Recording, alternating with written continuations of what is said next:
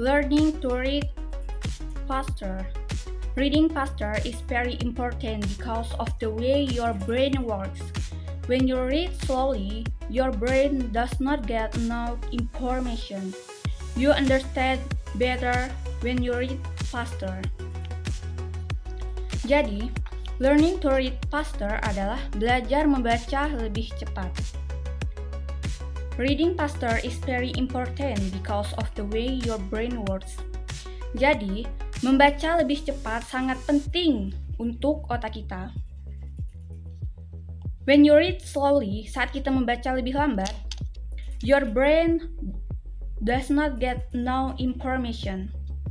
Otak kita tidak akan mendapatkan informasi yang cukup. You understand better when you read faster. Jadi kita akan lebih memahami jika kita membaca lebih cepat. 4. Learning to think in English. You also need to work on understanding English sentence. Learn how to get the meaning of tenses. Find out how ideas follow each other in English. Jadi, learning to think in English adalah belajar berpikir dalam bahasa Inggris.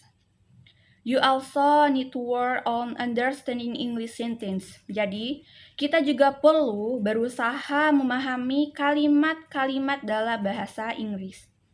Learn how to get the meaning of tenses.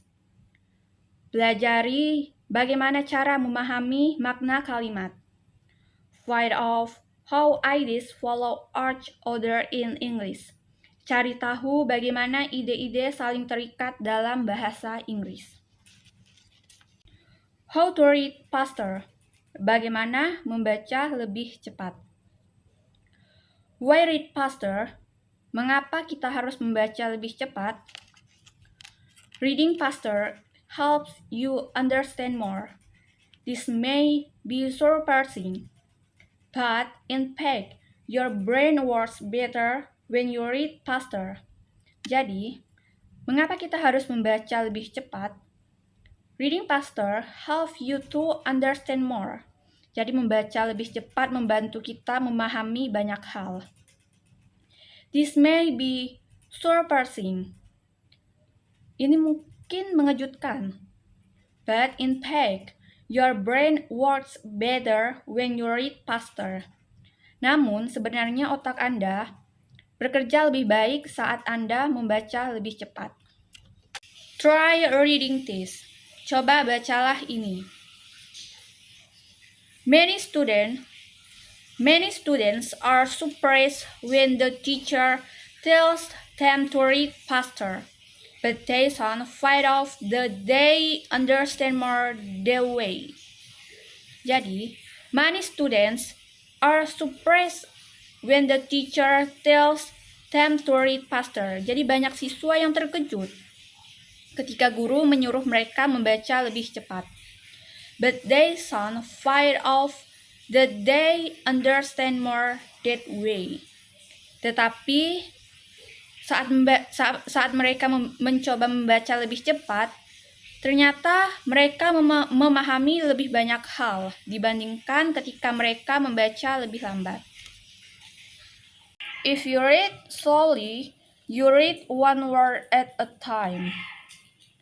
You must remember many separate words. So you can get tired or bored. But if you read faster, you can read groups of words together. Then you can think about ideas and not just single words. That is why you understand better and remember more. Read the 3 short passages in this chapter. Time yourself for each one. After each page, there are comprehension questions. You will have to chance to answer them. The first time, do not look back at the passage. See how much you can remember. Answer the questions again.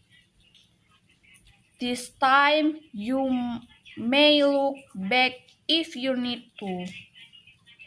Your teacher will tell you when to start the first passage. If you read slowly, saat kita membaca lebih lambat, you read one word at a time. Kita membaca satu kata dalam satu waktu. You must remember many separate words. Sedangkan kita ini harus mengingat banyak kata yang terpisah. Soon you can get tired or bored. Kita akan merasa lelah atau bahkan bosan. Jadi, saat kita membaca lebih lambat, kita akan memakan waktu yang lebih lama. Seperti kayak membaca satu kata dalam satu waktu. Dan saat kita membaca lebih lambat, kita akan merasa cepat lelah atau bahkan bosan. Sedangkan kita harus banyak mengerti atau mengingat kata-kata yang terpisah. But if you read faster, you can read groups of words together. Then you can think about ideas and not just single words. That is why you understand better and remember more. But if you read faster, tapi saat kita membaca lebih cepat, you can read groups of words together. Kita dapat membaca kelompok kata secara bersamaan. Then you can think about ideas and not just single words. Dengan demikian, kita dapat memikirkan ide-ide dan bukan hanya kata-kata tunggal. That is why you understand better and remember more. Dan itulah sebabnya kita lebih memahami dan mengingatnya lebih banyak. Jadi saat kita membaca lebih cepat, kita bisa membaca kelompok kata secara bersamaan. Then you can think about ideas and not just single words. Kita juga bisa memikirkan tentang ide-ide dan tidak hanya bisa membaca kata-kata tunggal saja.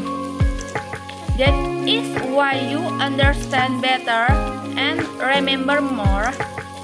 Dan dengan demikian, kita jadi lebih memahami dan mengingat lebih banyak kata-kata.